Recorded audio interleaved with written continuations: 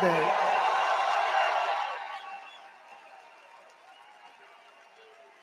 But until then, Republicans must win. We have to get out and vote. We want to do a landslide that's, you know the expression? Too big to rig.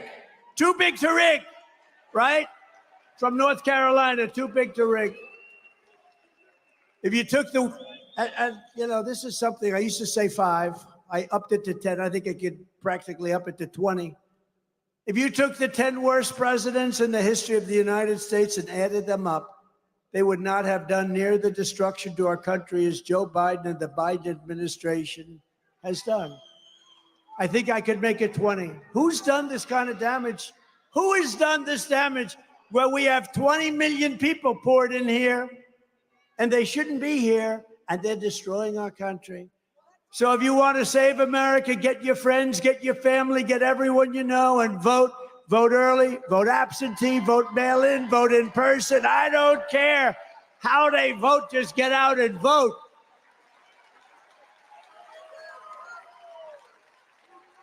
In addition, we need volunteers and poll watchers to watch and make sure they're not cheating, which of course they're going to try. It's the only way. Look, I'll tell you what.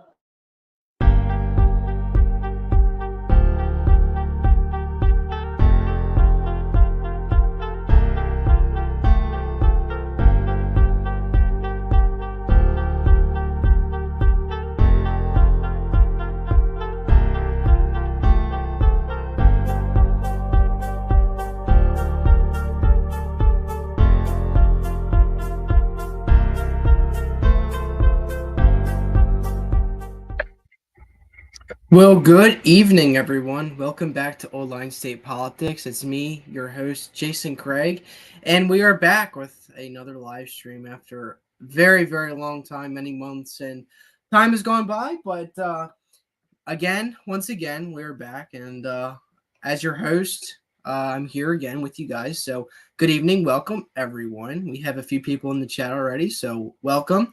A couple of good friends that I haven't talked to or spoken to with in a while, but hey, it's good to be back with you guys. So bear with me for a few moments while I finish getting all of my stuff together. I didn't want to not start the stream yet, so we're going to start the stream. And if you guys have any questions, just put them in the chat so far. We're going to start momentarily, but just give me a few more moments, a few more minutes, and I have my stuff ready, and we'll get started. So chat, guys, let's hear from you.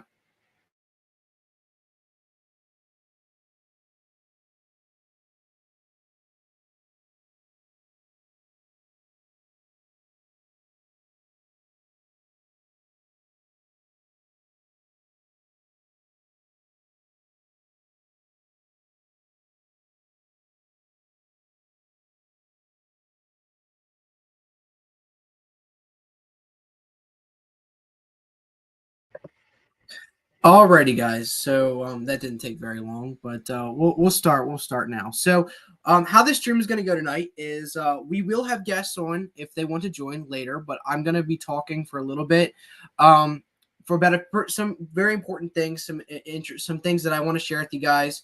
So we're going to talk about that, and then we're going to do my 2024 House prediction for the month of June, we're going to roll around for – this is going to be late. I know it's late. We're almost done June. I understand. But I still want to put out what I had for the month of June prior to today all the way back. So we'll go through here. We have Rust Belt elections. Welcome back. Welcome back. Hey, Keystone. We've missed you. We missed you. Conservative American predictions. Nice to see you. Nice to see you. We missed you too. We missed you too. Yup. It's been a while, but we're back. We're back. And yes, Keystone, you are correct. Trump is in your state right now. And if you guys watched a little bit of the preview before the stream, you saw I had Trump's speech live from Pennsylvania. I'm actually not too sure where he's at in Pennsylvania. Keystone, put in the comments where he is so I can find that out. I should have been more prepared, but I got back a little bit too late. But we did start on time, like I had. So just bear with me for a few minutes here. post more like Senate and House predictions. We'll do. It's life's been crazy, but we're back. We are. Who do you think Trump VP will be? We'll get into that a little bit later. That's part of the things I want to talk about. So we'll get into that a little bit later.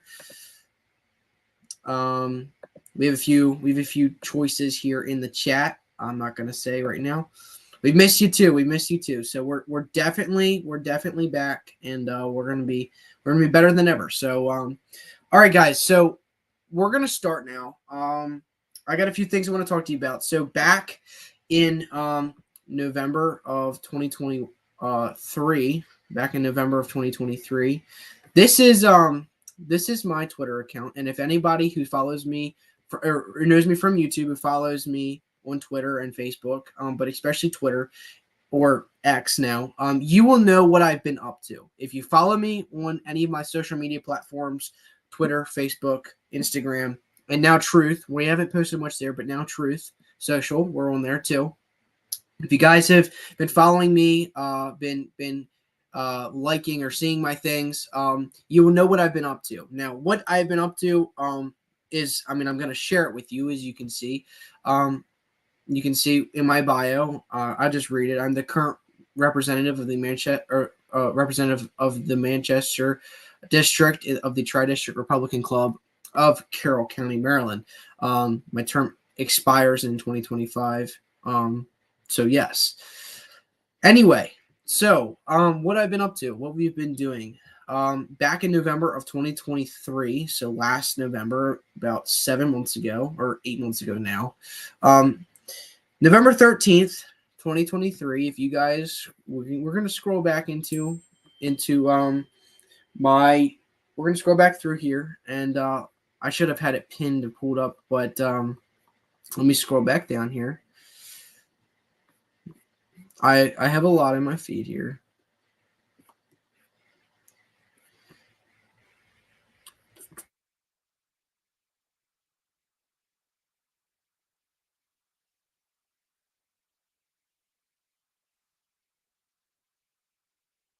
Sorry, guys.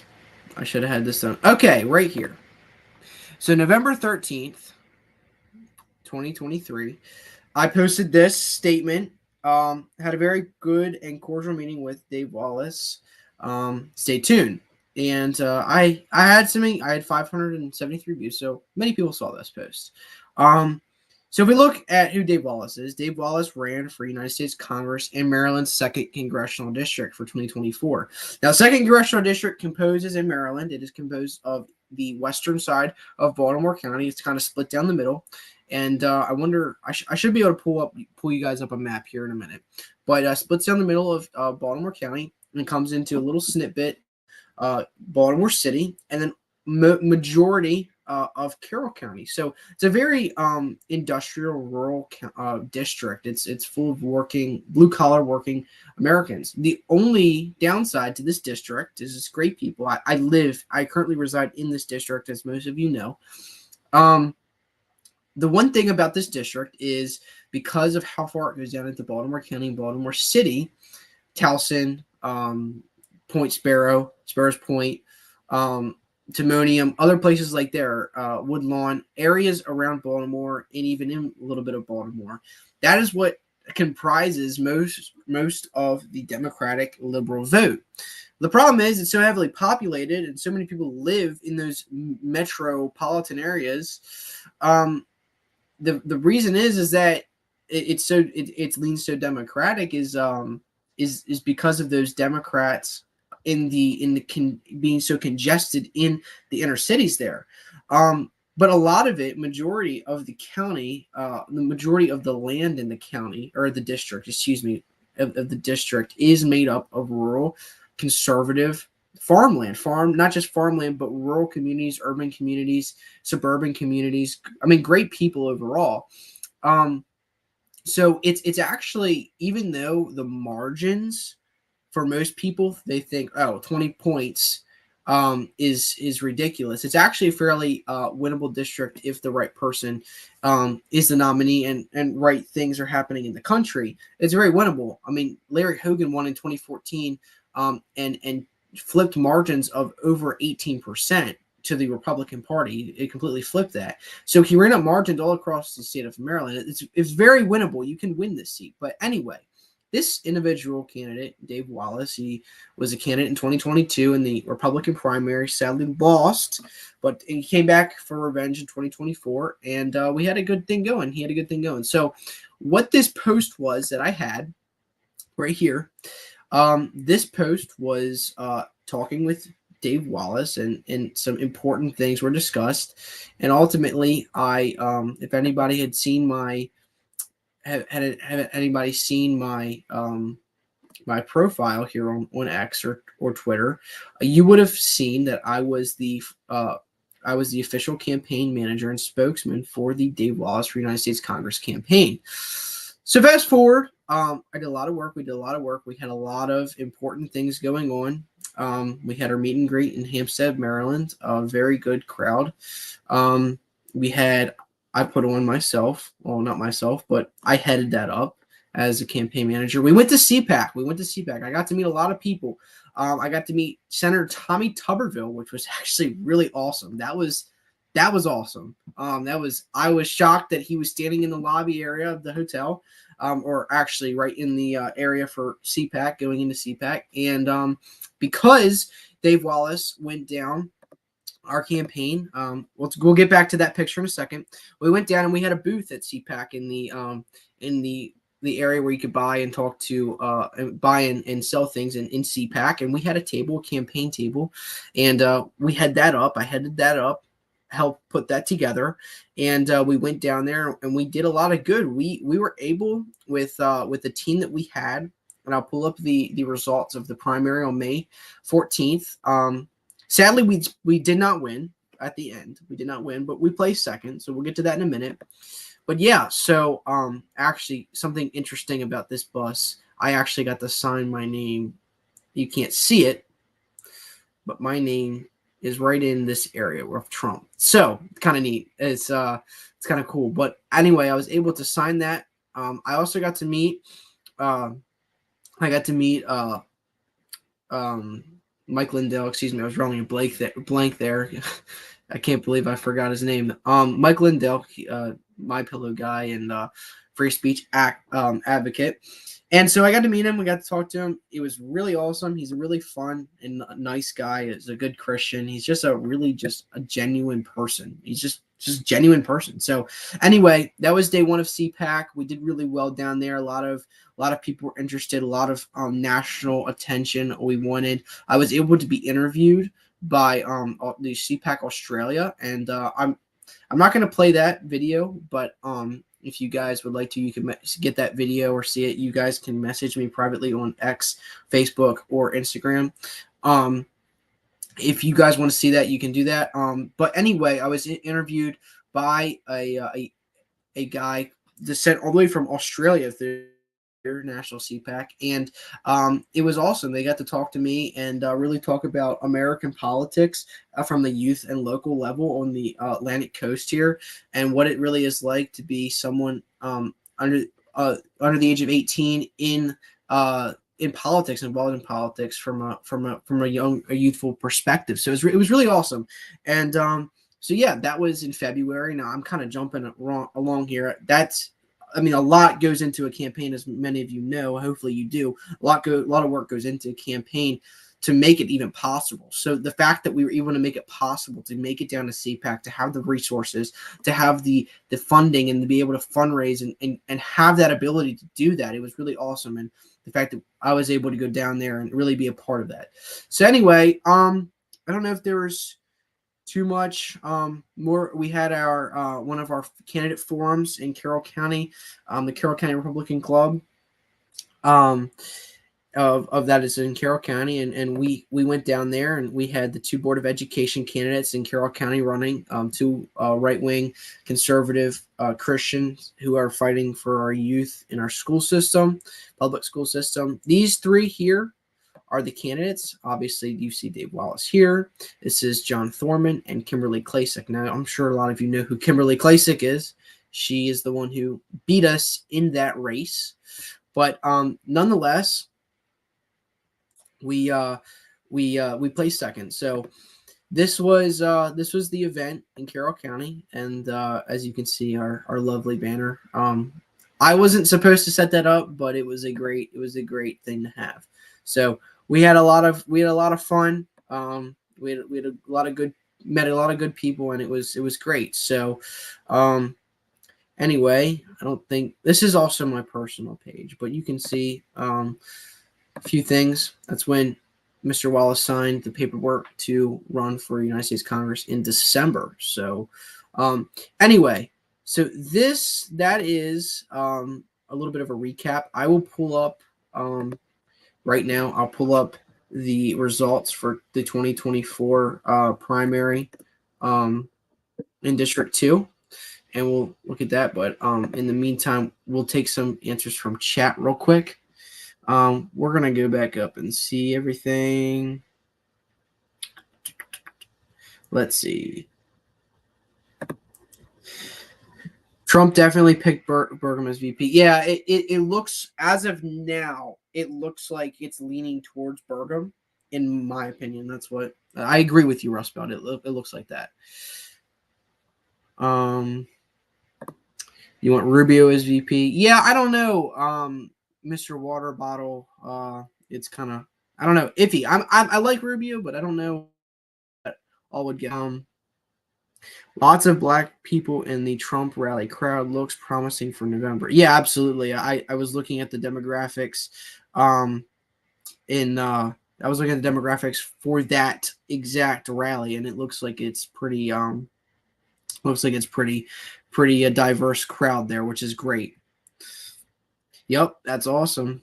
Mike, that was a great interview. Well, thank you.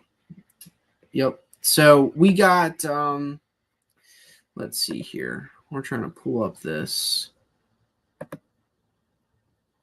Okay, we've got it here, guys.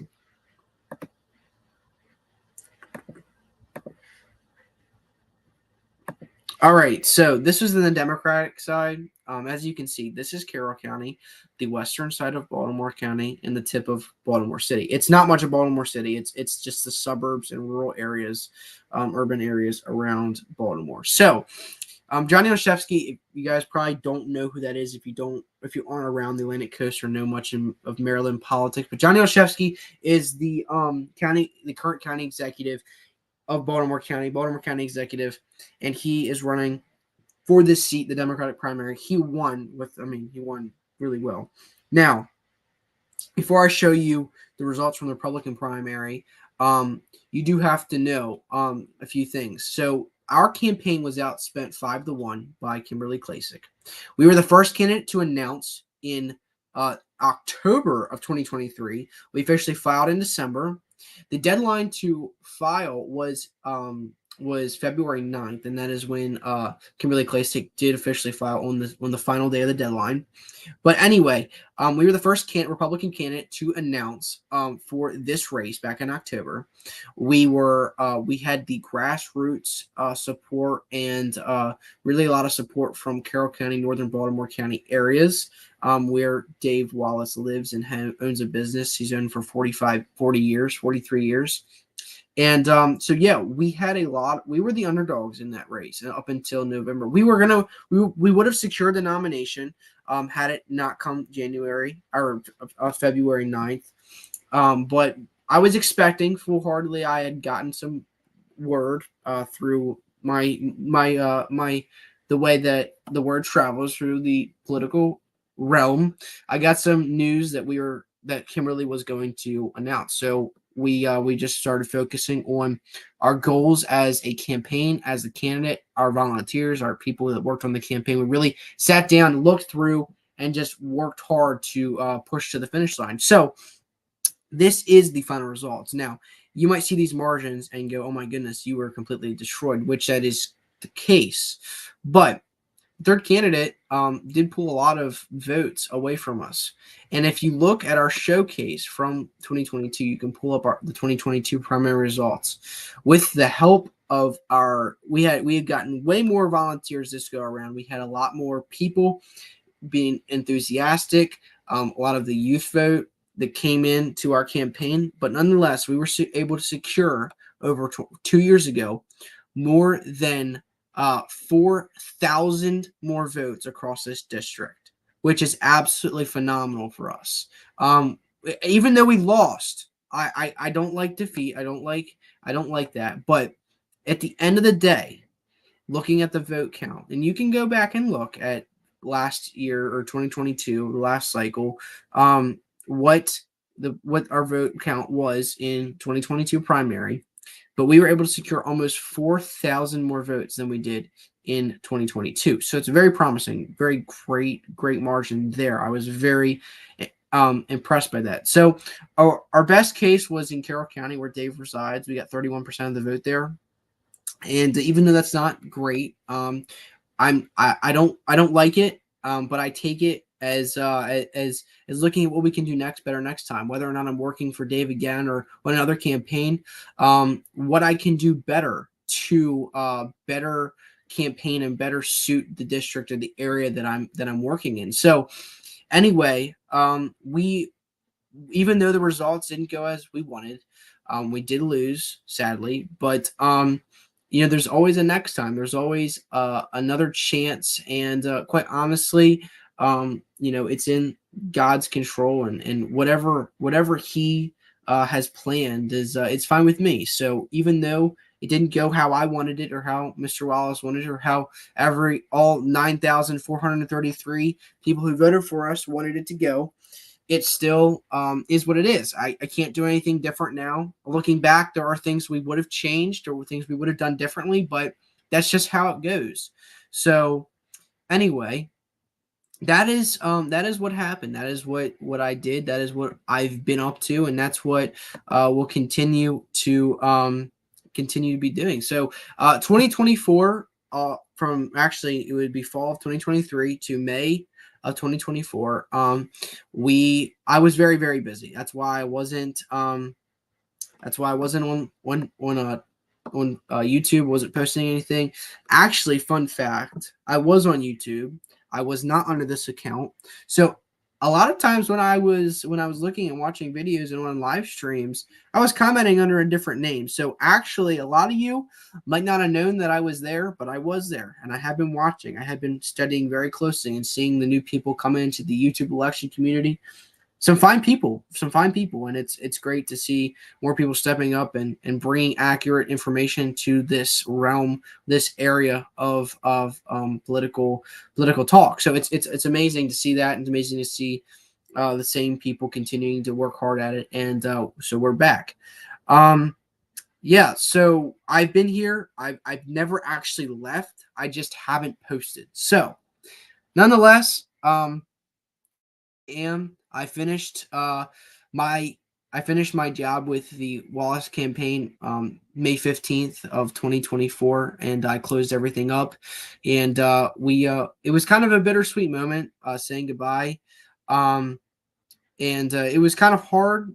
7 months worth of work and being close to many people, it was hard to say bye, but I'm not done. We're not finished. This is just the beginning of my journey, and a lot of my friends in the area, in the district's journey. So we're going to be working hard in our county. We're going to be working hard in the 2nd Congressional District, Baltimore area, to really improve on those Republican margins, really bring that up, bring the youth vote out, be an advocate for free speech and the Second Amendment and everything America and the free state stands for, the Old Line State. So even though it's not, like I said, not how I wanted it to go, it's the outcome, and I have to accept that, and I have to think about what we can do next time. And that's something that I'm keeping in the back of my head, keeping it's really pushing me forward, is what we can do next time and what lies ahead. So I'm looking forward to that.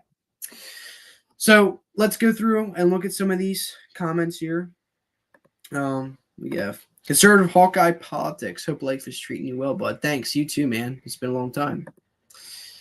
Yep, and she wasn't going to run. Nope, she was not going to run, but I'm not here to talk about Kimberly Klacik. If you guys know who she is, you know who she is. That's all I'm going to say. Houston State predictions, bro, was spying on us. Yes. Well, you can say that. I was in the YouTube election community, but I wasn't. I was, but I wasn't. So It's kind of complicated. Not really. I was there, just not under this name or my personal name. What account name? Nope, I will not be sharing that. Sorry. that is in case I need to go dark for a little bit. I can revert back to that profile. So awesome. Okay, guys. So with that out of the way, if there's any more questions on what has been going on with my personal life, I'm the Manchester representative of the Tri-District Republican Club of Carroll County. So in Manchester, that's the area that I represent in Carroll County for that club. So we look forward to improving in Carroll County and seeing its full potential down the road. So what I'm going to be working on next. So the two candidates I talked about, the Board of Education candidates. It's halfway through election cycle 2024. I can't really start with another campaign mid-cycle. It's kind of hard to be in a prominent position. So there will be no other really like big things I'm going to be doing necessarily. Just small things working here and there on other people's campaigns. It's kind of an off year for Carroll County in Maryland. I mean, we have the House and Senate races and presidency, but at the local level, it's really not that big. It's just school board and stuff like that and county council. So it's really not that big. I mean, yeah, we gotta win at our local level to improve on a state and federal level, but really and truly, it's not that big this cycle. That'll be kind of 2025, 2026 when we have more mayoral elections, town council, House of Delegates, State Senate, etc. You guys know the whole spiel on that.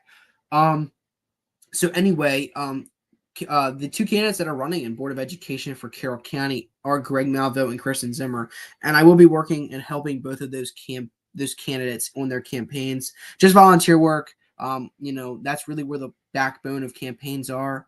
But anyway, so that's what I'm going to be doing the upcoming months, hopefully. Now, I'm not going to publicly say anything, but my banner on my Twitter account is a preview of what will be coming in the very, very near future of what big is next for Jason Craig in this channel. So you guys should expect a rebrand once again. We might be changing the name up a little bit, maybe not necessarily the name, but the style of this channel. So it might be a little bit different than normal stuff.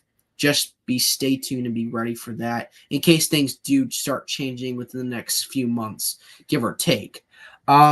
So guys, we'll take a couple more chat questions. Houston State predictions. I think I know one of them.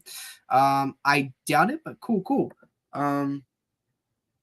Did Scott Willens win? No, he did not. Sadly, he did not. But he's a good guy, and he's actually the vice president of the Tri-District Republican Club. He assumed that role right after he lost his race. It's kind of interesting. So, school board, I believe, is big. Too many, and I'm not going to say that word live. You guys can check out that comment if you want to know what that is. But yes, I do agree. School board elections are big. They changed the directory of politics. Not say necessarily politics, but the way that children are educated in the county. So it's actually very, very big, very important. Almost as important as county commissioner races and budgeting or balancing the budget, etc., cutting taxes. So that's very, very big and important, especially in Maryland with our leftist governor and Democratic trifecta in the state. So yes, it is important. It's very crucial in education for education rights and parental rights. So moving on, we're going to pull up, if everyone's ready, we're going to start doing our house prediction. So we're going to get people on the stream shortly. If anyone wants to join, please comment in the comments if you want to join the stream. I'll put it in chat and you guys can just join. But let me know. I just want a heads up of who wants to join. So give me a second while I pull up my house map, and we're gonna get that. Senate should be coming out. I don't think I'll do one. Well, I might do one while we're live. That might be easiest. But I will have a presidency or president, Senate, and new House video coming out within the first week, hopefully, of July. So that'll be for the month of July. So anyway, we'll come back. We'll get back to regular regular stuff once again for July. It's just this is kind of like in the middle of everything, and I don't want to just start like posting a bunch of like stuff for the state, or for not the state, but for the month of June this late, and kind of just getting my predictions out now. So I just figured we'll just do some live, and would then do the rest for the month of July. So, all right, guys, let's pull this up and start. Why not? While I am doing the live house prediction, I'll just post the link in the chat, and if anybody wants to join now, they can while I'm doing this, and add some more commentary to the stream and to this exact prediction. So yeah, you guys want to join? Go ahead and join, and we'll get you guys in here. So, all right, we're gonna start now. We'll get some of the ads out of the way that we don't have to see this the whole time. No. We'll start here in a second. I'll give a minute in case somebody wants to join. I'll give like a few minutes here. We'll just talk at the moment. So yeah, what do you guys want to see from the channel in the future? What do you guys want to do? What do you guys want to see? What do you want to hear more of? I'm just really curious. This is kind of like I'm really curious what everybody wants to do. So yeah. If anybody wants to join, go ahead and join. We're probably gonna start within the next minute. So regardless of whether or not you join, we're gonna start. So yeah. Yep, all right, Keystone. That's cool. That's cool. I love the red map. Me too. Yeah. So the problem is there's a lot of red, but you need 218 at least to get the majority. So we gotta get that to really push forward and win the house back, or keep and retain the control of the house. So all right, guys, I'm gonna start. I'm gonna start now. So we're just gonna do that. So starting, let's see, Alabama, nothing there. We did have Barrymore win, which is great. I'm glad that he did win. That's good. That's good. He was the better one of the few. So Alaska. So this is interesting. Mary Peltola, she won their special in 2022, and against Sarah Palin, which surprisingly it isn't. It's very surprising that she lost. I'm being sarcastic. No, it's not surprising she lost. Mary Peltola won because of her being such a terrible candidate, in my opinion. Let me add a color here. There we go. So yeah, Mary Peltola, she won in 2022, and then in the general election, in the special, and then in the general, she won in by 9.9%, so almost 10 points in the fall of 2022. If I had to predict, I would say that this does stay for Mary Peltola, but very, very narrowly because of the state of the race, because of the margin, and I think that ranked choice voting does have a factor in the way that Peltola was elected. Not saying it's necessarily rigged, not at all, but I'm saying that it's just a different way of people voting, and it's kind of skews sometimes more than what you would have with a normal voting system. So moving on to Arizona, we have the two. All these other districts really are just nothing's really important besides Arizona 8, the primary in there. That's interesting, but it's really not competitive in the general. The two competitives are Arizona 1st and Arizona 6th. I'm going to get this out of the way for you guys. And Arizona's 1st, David Schweikert, he's kind of like a scandal-plagued type of guy. It's kind of a miracle that he's still holding on. Since 2011, it's really just been kind of like a miracle that he's been around. So, and then John Cisamani, he won his first term. In 2022, he's in his first term, and he won that decently. Even with the both of these districts are more Democratic leaning. They are very, very narrow, but they're both went to Biden in 2020. So that is where the low GOP margins do come in.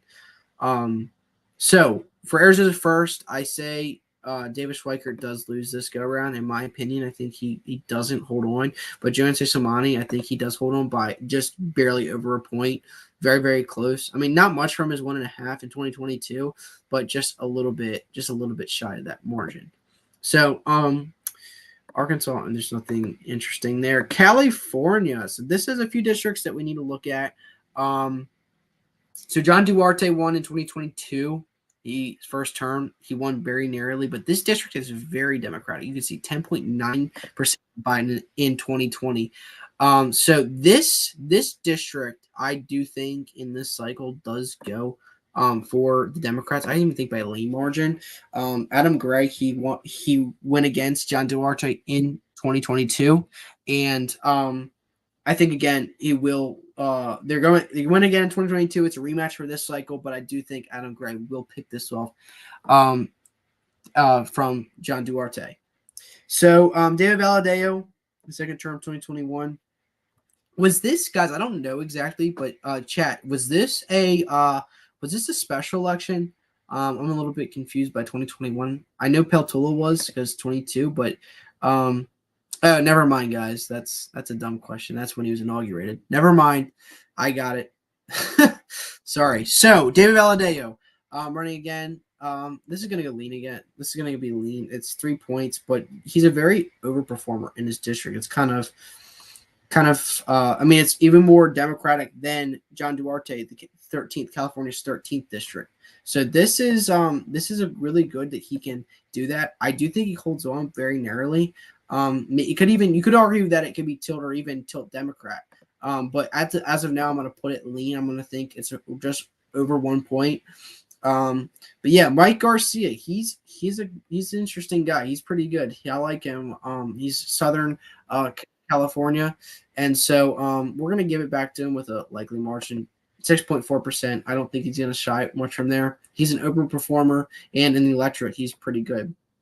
Ken Calvert, he's been in since 1993. That's a long time, but yeah, overperformer. It's a Trump district, Republican district. He's held on for 16 terms. He's going in his 16th term. If he wins again, it'll be in his 17th. So we're going to give him lean again. And Katie Porter, she did lose the primary for Senate. She ran. And this is going to go again for California's 47th Democrat, Dave Min. So that should be all that's all the seats in California's in California. So we have some people getting ready to join on. So let's go. We have Hawkeye. Welcome. Old Line, how are you doing, my guy? It's been forever, dude. Yeah, I know. It's been a long time. How is life treating you? Please tell me it's going good. It's all right. It's been crazy, but we've made some time and we're back. So with politics, dude, a lot has changed ever since you left, dude. Yeah, I bet it has. I can't wait to catch up. Welcome, Tornado Sam. Thanks for joining, dude. Hey. Yeah, I basically forced Sam to come on here, so he. No, you didn't. No, you didn't. If you don't want to be on, you don't have to. And then we got Keystone. No, I have nothing else to do. Hello. Hey, Keystone. What's up? Hey guys. So we're gonna finish this house map up, and then we can get into a kind of open discussion. So if you guys want to chime in on any of these seats, go ahead. Wait. Can I see your national? Can I see the full map real quick? So I want to see if I agree with anything or not. Okay. I haven't gone through everything yet, so just wait to change anything. Okay, I would make Alaska lean D, and then I agree with the rest. Okay. Well, all right. So Colorado, we have we really only have one kind of competitive seat because of Lauren Boebert switching to the third, and that kind of saved her butt. But anyway, or the fourth. I'm sorry, I can't talk. The fourth, excuse me. So third, and that keeps Republicans in control of the third district. Yeah. And then Colorado 8th is a kind of a tilt district. We had an opportunity last cycle to pick it off, and we just absolutely just failed all around. So this is going to go lean Democrat for however you could pronounce her name. if you guys want to give us Yadira stab at it. Caraveo. Sarah Vero. No. Yeah, her. Caraveo, I think. Caraveo. Okay. And good old competitive Florida is no longer competitive. Thanks, Ron. We appreciate love that. Um, I tell you, Florida has some base Congress people. I'll say that. Yeah. yeah. Besides Corey Mills, Like I'm a big fan. I'm a big fan of Corey Mills. He's new.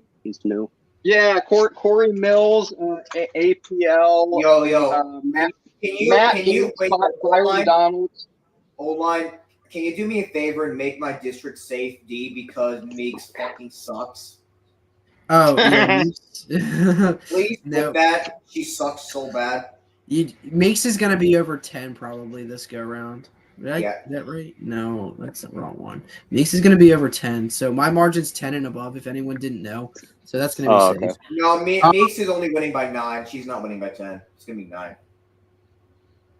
I think well, if that's the case, Hinson is also winning by more than 10 because that Hinson's district is even more Republican. Yeah. My district's more like moderate. It's not as red. Okay, Golden holds on by a lead margin, in my opinion. He So Jared Golden is going against how do you pronounce Austin's last name? I've heard many different pronunciations of it. Thuriol. Theriault? Yeah, I got it. Is that okay? Austin Theriault is a NASCAR driver, right? A retired NASCAR Yeah, driver. I think so.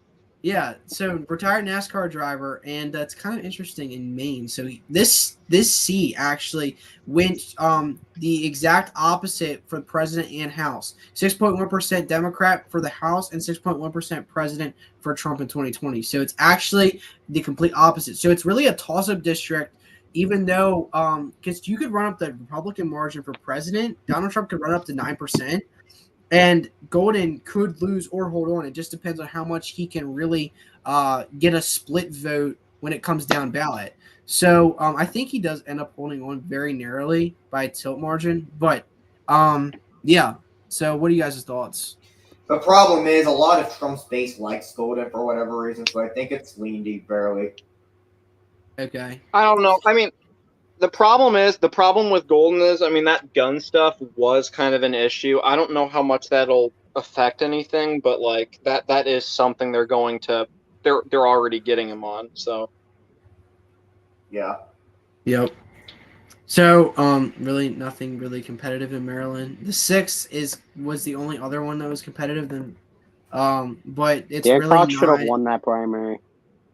Yeah, but Damn. I am kind of glad that Neil at the end did, because I think he's more of a electable candidate in the general. So, in my opinion, but it's not gonna get close really. I mean, the House and the presidency is very, very close. Neil only won it less than 0.2% than Trump did in 2020. So, and that was with the old district. Because they didn't redistrict until after 2020. So. The old district was much more Democratic, so it really could be competitive depending on how much Hogan and Trump's margins are across the state. But really, it's inevitable to go to the Democrats again. Yep. Michigan, we have 2 seats that are kind of competitive. The only one I do think that would go Republican would be Elise Slotkins, and I do think the Republicans could pick that off. It's very possible. And then Dan Kildee, he's not running again, but I think the Democrats do hold on to that kind of very narrowly. So yeah, that's what I got for Michigan. I agree. Minnesota, there's nothing. It's just red, and then Royce White is gonna win, bro. Come on, trust the plan. yeah, we need to raise the light. Montana, nothing. The first district is going. I don't care what people say. It's likely. Yeah, Zinke's Yeah, it's not gonna be losing. My liberal friend actually has him losing by a tilt margin. So Yeah, no, he's gonna Okay. win because he's Don the only- Bacon holds on as well. I feel like we're overhyping on it flipping. It's not. No, I actually think he'll lose, to be honest. No, I have a tilt R. So I think it's a toss up, but to be fair, he is running against the exact same person from last time, and I don't know Rematches never how. go well. Yeah, I mean, yeah, for a lot of the times they don't. It depends on if. I mean, it's going to be closer on the presidential level than last time for sure, but I just don't know. I So don't I know think if Biden. I think Biden wins it by around 4. So, and I think Bacon wins by like 0.4 or 0.3. So here's the thing: split ticketing. What's gonna make Tony Vargas win? That's the only way he can win. Is if people who voted for Trump vote for him for him for Congress. So honestly, it doesn't. It to me, I don't know any other people. To me, logically, if you're voting for Trump for president, you're most likely going to vote Don Bacon for Congress. I don't know. That's how I Yeah. think. But you can see some split ticketing. I know it happens all the time. So at the moment for the month of June, and this goes, I'm going back to beginning of June. I'm taking all that into consideration. As of for the month of June as a whole, I think Don Bacon does slightly lose very narrowly, but anything could change in the electorate. Nevada, it was Nothing really there. this is an interesting Nevada's fourth. It's interesting.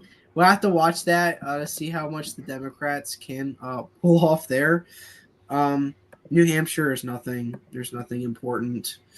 Okay, New Jersey, the only one that really. Now we have another one that's kind of competitive. That's in the competitive slot. That's interesting. Wait, hold on. Um, What district is Monmouth County in? I have no clue. I do not know New Jersey. Okay, the fourth one. Okay, so damn, he has freaking. I think Tom Keene wins by a lean margin. Yeah, yeah, that's no. what Tom I was. Tom Keene's opponent is really bad. Or the opponent's basically like a progressive. Okay, I mean, people don't talk enough about how bad Sue Altman is. I mean, No. she's not good for a swing district. She's terrible. Did she run against him in 2022? No, she did. Well, he unseated Tom Malinowski, but it doesn't matter. I mean, she's a bad. Plus, I mean, he has the Keene name. I mean, that's also That's true. important to some degree. That's She's true. just a bad candidate. She's a progressive, and that's just not good for a swing district. Right. So yes, New Mexico's second district, Gabriel Vasquez, he's gonna win by. I mean, I don't know. This could get interesting. It's really he just won. He unseated the Republican, I think. Right? He unseated him. He wasn't a retirement. Yeah, I guess the district was redrawn.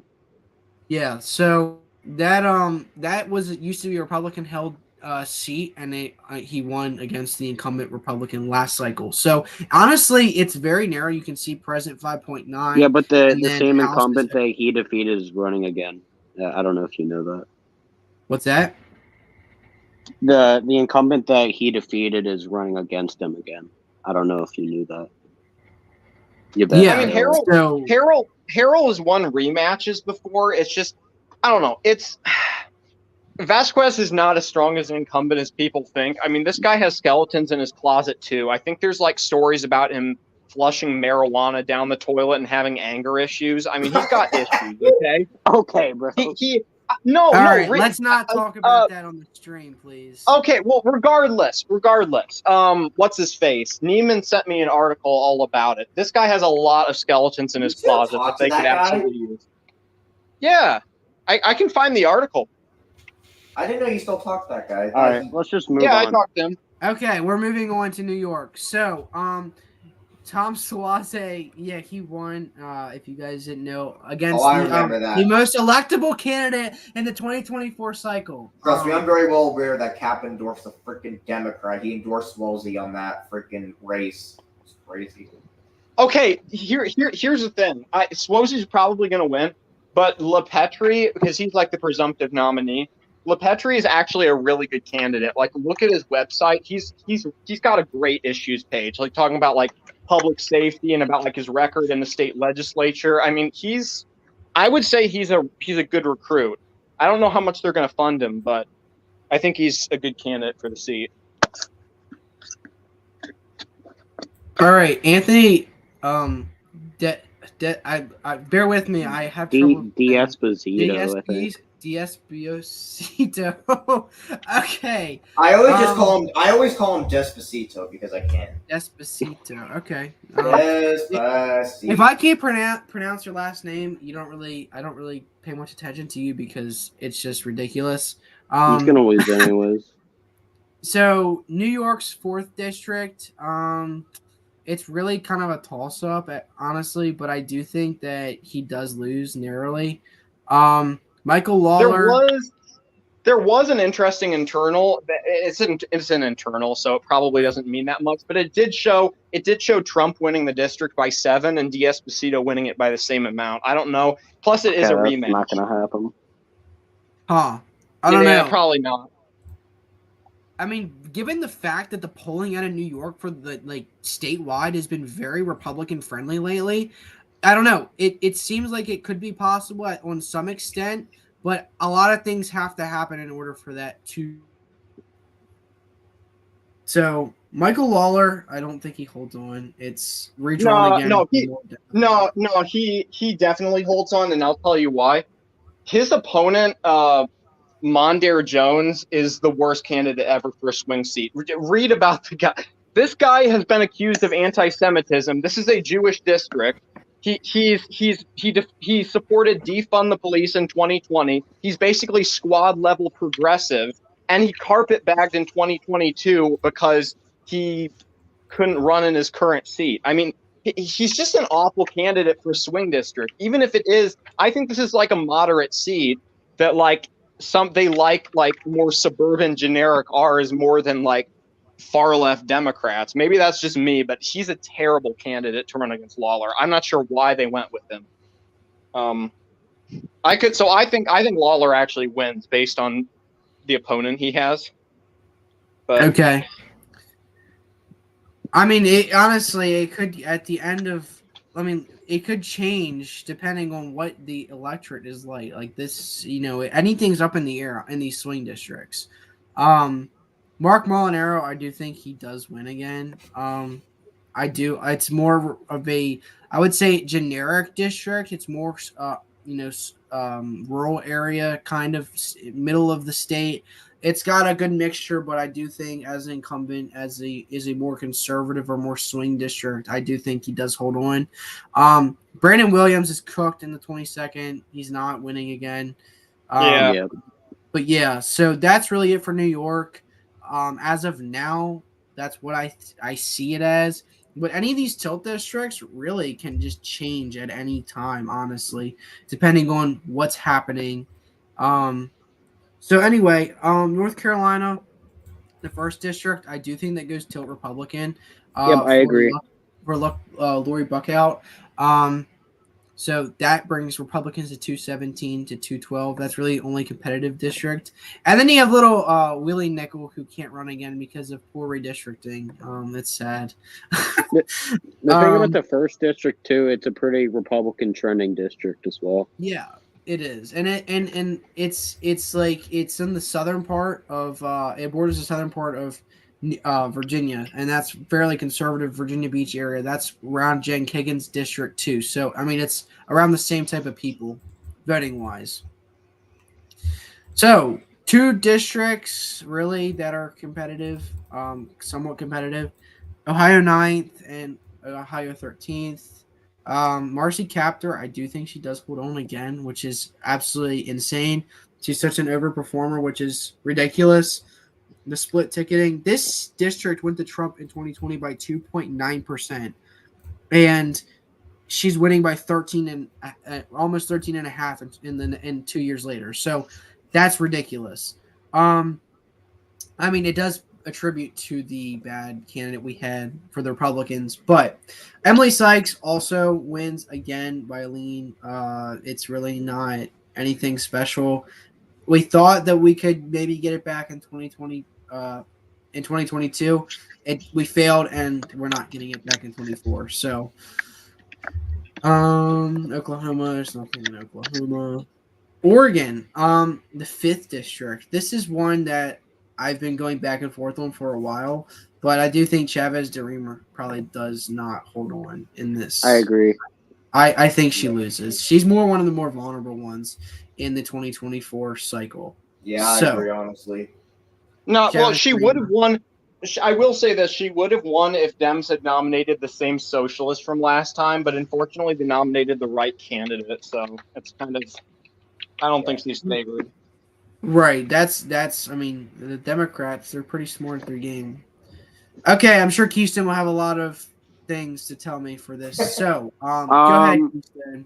All right. So, do you just want me to just talk about the toss-up districts, or just all of the ones that are considered competitive? Well, just the. I mean, go ahead. Give me your spiel on the House races in Pennsylvania. All right. So, my district PA 10 is going to be likely our. I have it around 6-point margin. My representative likes to overperform. But anyways, I think, and this is just my opinion, I think Matt Cartwright loses by a tilt margin, and Susan Wild wins by a tilt margin. That's my exact prediction. So down right now. So yeah, zero. It's going to be very close, but I think we did nominate, in my opinion, the better candidate in this cycle for PA8. But yeah, the only reason why I do think that Wild would hold on is just given the presidential margins between the two districts. That's really the only thing. If Trump was winning that, or Republicans were winning that district, I think it would be more in play. But as of now, yeah, I agree. So, let's see. I find it annoying that they always put my district as lean, even though I think it'll be likely. It'll definitely be likely. He won it over 6 or 7 last cycle. It's Be going to right be back, guys. at I'm least gonna go that. eat dinner real quick. So, All right. See ya. Let's see. There's nothing really in I'll still the- be on the call, but I'm gonna be muted. Okay. Texas. One thing in Texas, the 34th, it's not going red, but I do think it'll be closer. So just watch out. Just watch 34th very closely. It could go, and but I think Trump will turn the Rio Grande more red than it did in 2020 as well. yeah, definitely. So, Virginia, we have really a few, but the most competitive, Jen Kiggins, it's going to her by at least 2 points, in my opinion. Yep. Washington, I think it's the last one. Washington's third. And I do have this for Ken, or is Ken, not Ken Buck, is what's Joe his Kent. name? Joe Kent. Is he running again? Yeah, he's Yeah. running again. Okay. So I do think that he could possibly probably pick this off. Given the presidential margin, 4.2, I do think that under the right circumstances, he can win. He can pull that off. Yeah, I have it So- lean, even though some people disagree with me on that. Yeah, I know. I mean, there's another Republican running who like Trump might actually support like this other Republican, Leslie Llewellyn over Kent, because he's been screwing the Freedom Caucus over recently. He might do it to Kent, so that would be kind of weird. I just want to see how the blanket primary looks though, because the blanket Right. primaries tend to give you a clue as to how the general could go. Right. So yeah. So guys, this is. I'm sorry. What's up, Keystone? Oh, that wasn't me. Oh. I don't know what that was. So this is the map, everyone. So 219, 216, very, very narrow once again. It's gonna be close. Really, honestly, anyone can make an argument for all the tilt and competitive districts. They can go either way, honestly. But as of now, for the month of June, Okay, guys, never mind. My parents let me eat in my computer room, so I'll be okay. I'm Okay. back. So summing that up, you can make an argument for every single swing district, but as of now, in my opinion, this is how it will go: 219, 216. Republicans retain, and we have no Speaker Jeffries. So that's it. Anybody disagree? Change anything? The only Well, major this is your prediction. This is your prediction, so I don't want to like No, I You know, understand. I'm just force you to curious what change anything. opinions are. yeah, this one's very reasonable. It's as a of reasonable map, though, yeah. I do think Cartwright barely holds on. But if Pennsylvania ends up going to Trump by a lean margin, then No, here's what I'll say about Cartwright's district. He tends to overperform and does get a lot of support from Trump voters, but I have it as like a coin flip, basically. I feel that, I think. Oh, also, I think nobody like a year ago, nobody thought this. I think John Duarte actually wins because after the primary, he got like 55% in the primary. I mean, unless Gray outperforms the primary by like a lot, it's going to be kind of hard for Duarte to. Because, like, the fact. I mean, the primaries don't necessarily mean everything, but I mean, the fact you get 55% in a primary when everybody's turning out to vote in the Senate primary, I mean, he's got moderate appeal in that district, I think. So that's one thing I have different. All right. Well, as that is conclusion, I didn't put a Senate video out, so we'll just fill that out real quick, and then I'll probably put this on my social media event at some point. Instagram, Instagram and Twitter, or not Instagram. Yeah, Instagram and Twitter. So let's get rid of these. Okay. here. I'm just gonna run through mine real quick before you fill out anything. New Jersey, Maryland, Pennsylvania, Virginia are likely D. Arizona, Michigan, and Wisconsin are lean D. Nevada's tilt D. Texas is likely R. Montana's lean R. Ohio's tilt R. And I don't think I'm missing anything. I wanna. Okay. Tilt Hold on. I want Ohio. to hear. About your current margin in Maryland, just because of Larry Hogan and you being from the state. Yeah, so Larry Hogan, so he doesn't I know a lot of his inside campaign information. I'm not going to share that. So I know a lot of his financial stuff. He doesn't, and you can see this on his financial stuff on Wikipedia. But as of now, he does not have the funding he needs to win in my opinion, what he should have. He's not being able to get funding and he can't fundraise for some reason. So he's being outspent by like, I don't know, 80 some million right now. It's kind of ridiculous. So anyway, but money doesn't mean everything. But given the polling and the way it's going, I do think also Brooks does win. I'm gonna say probably 2 to 5% as of now. Oh, okay. So I do have a little bit closer, but honestly, it could be if the way his polling or not his polling is his fundraising and funding does keep going in this direction, I would say it would go even higher than that. So, Bro, I can't stand also Brooke, bro. She's so annoying. yeah, it's bad. I mean, they're both bad, but she's annoying. Hogan's not terrible. I knew she would win the primary, though. I just knew it. I really did not. That's one thing I was not sure on, but I did think that Trone would win. I spoke to a few times, and the way that things were going for their campaign, I really did think they had it, but apparently not.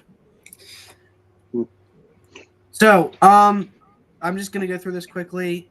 Texas, likely. We have Nevada and Arizona lean Democrat. Virginia, lean or likely Democrat. And then I'll just put Maryland as of now, likely, just low likely. Pennsylvania, likely Democrat. Wisconsin and Michigan, I think probably both are lean. You could argue Wisconsin gets tilt, but I think with Eric Hoovey, but I do think that it's lean as of now. Then the last two that we're really counting on plus VP, we're just gonna do. Let's see. He wins against Tester, and then Yep, that's my exact margins. Yep, those are my exact so margins. That's what I got, and then you have VP here for Republican based on my my prediction for president. So anyway, by the way, McCormick was speaking at the Trump rally today. Oh, was he? Ooh. Yeah. Awesome. Yeah, honestly, he could if he plays his cards right as of now. I mean, he could even get it down to lean. as like, I don't know, 3-4%, which would be awesome. This is a good map. Just I'd be happy with that. If he gets that close, I'd be happy with that. drop Nevada. Yeah, because down ballot he's gonna help a lot of people, even at the like the local levels. Drop Nevada to tilt D, and I agree with the rest. Because here's the thing, CCM, she actually had like Hispanic appeal, and Nevada's heavy Hispanic, and she only won by 0.78. And the thing is, Rosen is not, so she doesn't have Hispanic appeal. So I think she only wins by like 0.5. Gotcha. Yeah, I mean, anything can change from now until November. I mean, we have, what is it, 6 months? 5 months. 5 I think months, it's 5, which is yeah. ridiculous. Also, Rosen. Did anybody know Rosen is turning 67 this year? She doesn't What? look that She's old. that old? Yes, she was in the House for one term. She first was elected to the House when she was like 59, and then she was elected to the Senate at 61, but she does not look that old. She looks like she's 40 something. It's weird. Dude, that's actually insane. Well, that's Yeah. I still don't So- get what's going on with Nevada polling. Like, why are the Nevada polls so bad for Republicans this time when normally Nevada polls are the exact opposite? Because Like, I think that's so weird. because they know that they usually overestimate Republicans, so they're trying to be cautious. Even though Rosen's not winning by freaking 12, it's just not happening. But Sam Brown, I mean, when it comes to the abortion issue, Sam Brown's actually pretty good. I mean, I hate that he has to message like he does, but like What's his when it comes to that abortion stance? issue, he's basically saying I support states' rights, so Nevada's state law is fine, and Nevada is like pro-choice with their abortion Right. law, so he's You kinda saying have to do whatever. that. And his wife also got an abortion at one point, which sucks, but like it's also like gives him credibility with his argument that like this is a like But- his libertarian position. yeah, So yeah, anyway, so that's my House and Senate predictions for the month of June. So we're excited for July. I'm excited to give updates in on what's happening in the state level, on the state level. So what's the campaigning for Trump looking like in everyone's states so far?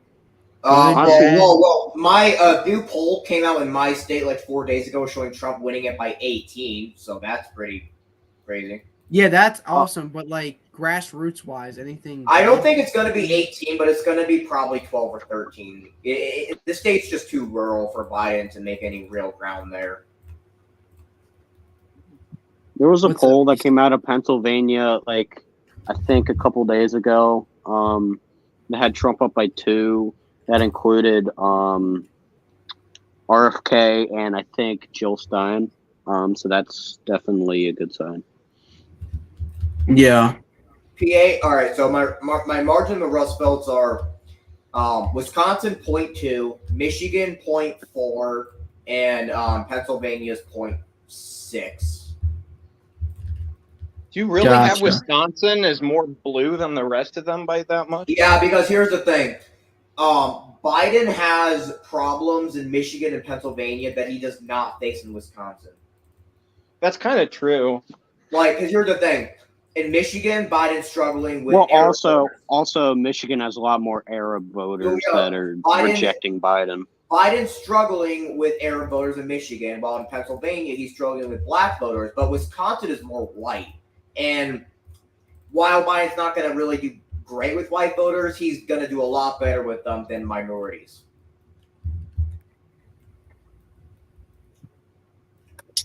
Yeah. So But Arizona, I don't want to sound like this freaking doomer, but I really don't think Trump should be spending much time in Arizona. I really don't. For some reason, Arizona polls are like showing Trump winning it by a lot, though. That's It's like I not actually. But dude, those same polls have him winning Maricopa County, and he's not winning Maricopa. He's gonna lose it by probably more than 2020.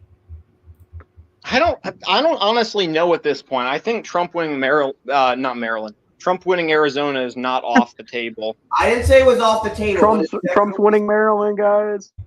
Dan I Cox didn't moment. You know, now into my home state of Maryland, Dan Cox versus Wes Moore. I can just barely see Dan Cox winning. You Yeah, know, yeah. if you're driving around the state, and there's Uh-huh. signs everywhere. Cox. Yep. You don't really see much of Moore. I I can't get over it. I still can't get over it, man. Dude, that was almost 2 years ago when he Oh. made the prediction. Just remember, it's been almost 2 years. Yeah, and you guys weren't even really around then. I was one of I was into politics, but I didn't know you well. You're right. you. Yeah, I didn't Neither know of you you. had your channels. No, I did. Actually, wait. Yeah. I didn't make videos, Ben, but I was into politics then still. Yeah, it was making videos in 2022. It would have been me, Cap. It would have been, I mean, the big people obviously, but then you had like smaller ones like Buckeye. You had Rust Belt, which it was used to be Red Wasn't Ohio. AP around at that time? AP was, but he went dark over like after around May, and then didn't come back until like December. And you had Left Right. You had who else? You had a lot of people, but Okay, listen, I'm like the only political OG that did not make videos right away. Like I waited a few months before doing it. Yeah. Yeah, Also, I got into also GLP was around a lot more back then. Like when I started actually getting into politics in 2019. Gotcha. Yeah, Also, there's literally airplanes flying over my house. So Yeah, I literally hear that. yeah, there's literally like Yeah. airplanes flying over my house right now. So like, today it was 99 where I am. So Dude, which is we're in a amazing. scorching heat wave right now, and it is yeah, terrible. We're freaking screwed. I was at a pool Yeah, party I was- today, and I was literally sweating so badly.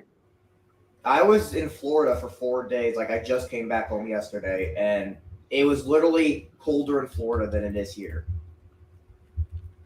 and that's bad. Yeah. So, yeah, but what was I saying before that? I don't even remember. Oh, yeah. So I remember getting into election YouTube back in, that would have been, let me think, February of 2022. Damn. I created a channel, and then I didn't post anything, and then I didn't use it, but the channel, I think, let me see, I have you guys remember, I don't know if, Sam, you might remember this. It would have been that. That Oh. was the original one. Oh no, I've never seen that. Like, And listen, then it turned to that, Yeah, I remember that. and then it went to that. Yep, I remember that. And for a very brief time, it was this, Yep. and then it's this. Oh wait, that last one you just had, I feel like that was the PFP you had when we were like had that beef with you. Don't ask why I remember that, but I think that's what you had your PFP. Now, I got that background from Cap when he deleted his channel. He sent me all his stuff. Anyway, So- I don't know why I waited 3 freaking years to start making political videos after getting into politics. I waited 3 years to do that. At least you still upload. But I don't know if I want to keep doing it though. It's really politics I've is given not up. my passion. I don't care anymore, bro. I just don't here to know. troll. I'm just here to troll now at this point. Politics isn't even my main passion anymore. That's why I don't make like. I like to troll people. It's fun. I don't know. I mean, I don't like posting videos anymore. I just like watching election results. That's all I do. Sam's more of a live streamer now instead of a. Yeah, I don't. You guys should go to Twitch then. Honestly, Uh, I don't know if that's the best idea. I'm more of a Twitter, Instagram guy. I mean, I Oh, have a I Twitch forgot account, but I that. don't stream. I just watch. I will say the recent primaries are like just like annoying the crap out of me. I haven't had a good primary. Yeah, hold on. night Did you since, see like, the Bob Good primary? Yeah, what was the end result of that? Is there any? There's still no winner. They haven't called it, but McGuire's leading by like 322. I don't know if we're going to get a lot of like There's still ballots outstanding dumped on vote. Yeah, Monday. there's still like outstanding vote. It's So as of now, annoying, though. McGuire is. That primary is like the most annoying result yet. Like Boss like beating Bailey was like one thing, but like this is just like the last straw for me. Like I'm starting to not be able to take stuff like this now. Yeah, Trump's endorsements this cycle were absolutely garbage. If Trump I'm not gonna endorsed lie. Herrera would have won. Yeah. Oh, no, yeah, he well, would've- if he Trump would've won- endorsed he would have won by like Eric- 5. If Trump would have endorsed Bailey, he would have won. And good, like all these things, these good people could have won. The only reason Good might actually lose this primary is because everybody turned against him. McCarthy's big donors spent like $10 million in ads boosting McGuire and attacking Good, and then What about Trump Mike comes Johnson? and says, "Oh, I hate Bob Good too." The fact that it's even this close is actually kind of a miracle when you think about it, because Good has literally everybody except for Rand Paul and the Freedom Caucus working against him. I mean, Yeah, So literally Mike Johnson everybody didn't. So hates Mike Johnson didn't endorse either. No, Mike He Johnson can't. didn't do anything either, because Oh. Johnson, he's been saying, "Oh, I want to protect the flock. I want to, support all the incumbents." But when Good approached him for an endorsement, he basically indicated, "Nah, I'm not going to do that because Good." I still don't understand the problematic. Good hate. Like, just because Daddy Trump doesn't No, like like him. people like even like Red Eagle said like he supported Bob Good. Like people. I like supported Bob Good. Just to clarify Problem that. is, I don't think Trump cares about the Republican Party enough to endorse who he wants. No, here's the thing. You can watch Real American Stream. He has a very good point. He was saying that Trump messing with the Freedom Caucus like this and like supporting against every Freedom Caucus challenger and now trying to oust their own chairman. He's saying that if Trump wins in November, the Freedom Caucus can absolutely screw over his agenda. They have like a record of doing this. They tank legislation they don't like if you mess with them. They did that, like Trump's healthcare bill, for example, in 2017. The first version of it didn't pass because the Freedom Caucus wanted a more conservative version of that bill, and that's maybe partly why McCain voted against it. That in spite, but I mean, that's like something that they did, right? Like they're not like 100% going along with Trump on every single thing. They want things to be as conservative as possible, and they can absolutely tank Trump's agenda if they're mad at him. So, I mean, he thinks it's a terrible idea for Trump to go to war with them like this, and I kind of agree. It's stupid what he's doing. Oh yeah, well, it's.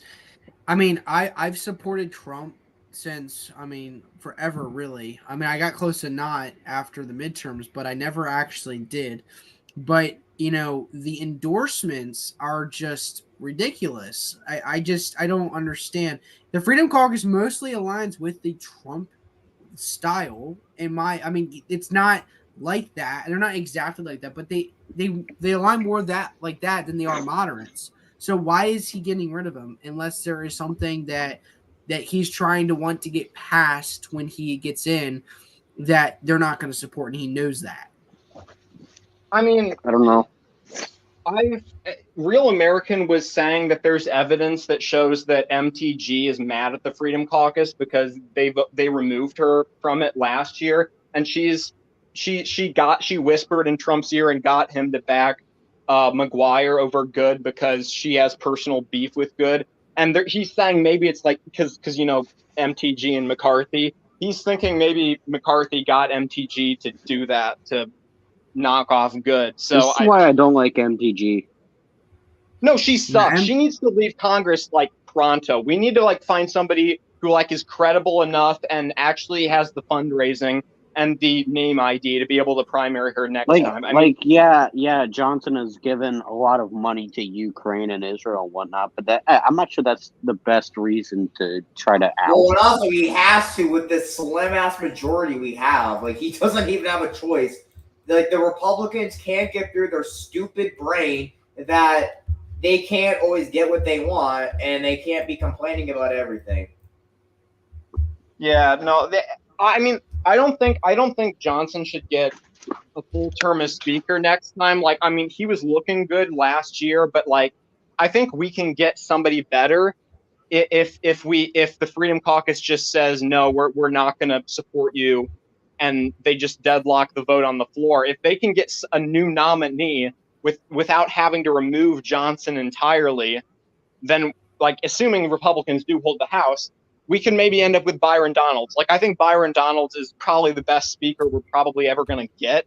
That everybody's going to like because moderates like him and the Freedom Caucus likes him. Like everybody likes Donalds. I think that's the most realistic option, and he would be better than Johnson by far. I think. Oh, absolutely. Yep. Johnson is he's good for the time, in my opinion. Yep. He came in and stepped up at a time where really no one wanted to. I mean, you saw many people back down very quickly after the McCarthy ousting. And I know the Ukraine funding and stuff like that, I don't agree with personally, but the fact that he was able to, it's an upgrade. It is an upgrade from McCarthy, in my opinion, a significant upgrade, but we could do better. Now, whether or not, if we retain the House, which I think we will, regarding on or whether or not we have a slim majority or not, which I think really the most, I think the most we would possibly get would be 225 to 210, probably is what we would be looking at, max wise, and we can go all the way down to 218. I mean, we're like right around there now. So, but depending on the majority and how many new people we get elected, it's going to be hard to elect someone more conservative than Johnson at the moment, because you saw the pushback that say Jim Jordan had, or even Steve Scalise didn't go to the floor for a vote, but he still had opposition. Yeah, So, I mean, I think we can get Donald just based on the fact that you have like, I mean, I know Jimenez is from the same state as Donald, so he has like a personal bias with that. But I mean, the fact you have people like him supporting Donald's, I mean, and Jimenez is like one of the biggest rhinos ever. Like the fact you have people like him shows that Donald does have broad appeal. Like I think most of the conference respects him. I think he could get the votes. I think he's like the one member of the Freedom Caucus that that you could get people like Don Bacon to support, because he's not like a Bob Good rabble rouser type. Right. So, yeah, the elections and just politics in general are just getting more and more heated as time goes on, and it'll continue to do so until we get actual unity. Bro. So, it's actually, honestly, it's a very toxic thing. I mean, it might seem fun sometimes, but it's really toxic when you get into it. Yeah. Plus, Like, I don't know if I don't know if it's just me or not, but dude, this shit gives me anxiety. Like, in all honesty, it gives me a lot of anxiety. you see, I got to witness a lot of stuff firsthand over the last 7 months, and it gets really nasty. Primaries and even like with your own party can get really nasty. Even if you stand for the same principles, everyone has different ideas on how to do things. And when you contrast those ideas against other people within your party, it really can get nasty. I mean, like I said, I saw that firsthand, but not even just within within states, just national too. Everything can just get really nasty. Yeah. I that's why at times I've been like, but just also hearing people's stupid predictions sometimes that are like so like completely unrealistic. Oh, don't worry. There was a kid. We both have the same guy in mind. Don't worry. But like, no, I have this one example. There was a kid at college who's he's not going to be a poli-sci major or anything, but he knows just about as much about like individual house races, and like this is like the one guy I think I know in real life that actually like knows as much as I do about this stuff. He, for some reason, he thought that the Colorado 4th special election would be a flip for Democrats, and I was like, I'm done with this. I can't handle crap like that. I mean, come on, this is a Trump plus 20C. He thinks that it's going to flip for some reason. I'm just done. Well, you want to talk about biasness? Yeah, that's a biased guy right there. No, he admits, like he said, he identifies as a Democrat. He thinking has a card with Joe Biden's face on it, for crying out loud. It's Okay, really that's cringe. just cult-like. That is just cult-like, dude. It's very cringy. But not all of his predictions are that terrible. Like he said, he thought the GOP would get the Senate, so I can give him that. But I don't know. He thinks that just because the Republican nominee for the special election this Tuesday, he thinks that just because that nominee has like a history of like trouble with law enforcement or whatever, like 20 or 30 years ago, he thinks that guy's so bad that he's going to somehow lose in a Trump plus 20 seat. I'm just like, how do you think that? I mean, it's not even like Ohio, where like there was a special election and Republicans didn't turn out because there wasn't anything else on the ballot. Colorado has primaries on Tuesday. There is no reason why there wouldn't be turnout. Republicans will turn out in the primaries. They're going to vote in the primaries in their districts, and they're going to vote in the special election. It's not going to be anything like Ohio. So that argument doesn't even work either. It's like, I don't understand where you get that logic from. Yeah, it's retarded, dude. It's stuff like that makes me sometimes think I just can't handle this anymore. Hearing crap like this. Exactly. That's kind of how I feel. Yeah. So, all right, I think we're gonna wrap this up. Because no one's really watching anymore, and I kind of talked about everything I wanted to talk about in the beginning. So for anyone still watching, thank you all for watching tonight's live stream, tuning in, commenting, and just being a part of it. I really do appreciate it. Thanks to our 3 special guests who came on tonight that I haven't talked to in a while. So great job, guys. Thanks again. And thank you guys. Stay tuned. We'll be back. We're going to come back with more stuff. So just stick around. But yeah, if there's anyone who hasn't subscribed yet, go ahead and hit that subscribe button, because we're about 3 away from 400. So if we could get 400 tonight, that would be awesome. That would make my night. So guys, if you're still watching, go ahead and subscribe. We're going to have some stuff going out. Tune in Monday if you guys can. Monday morning, I'm going to have my conservative podcast out again, and so we're going to be talking about that on Monday morning. You guys can rewatch it, but yeah, so thanks again, guys. Stay tuned, keep watching, and just keep watching elections across the country. So all right, guys, thanks. See ya.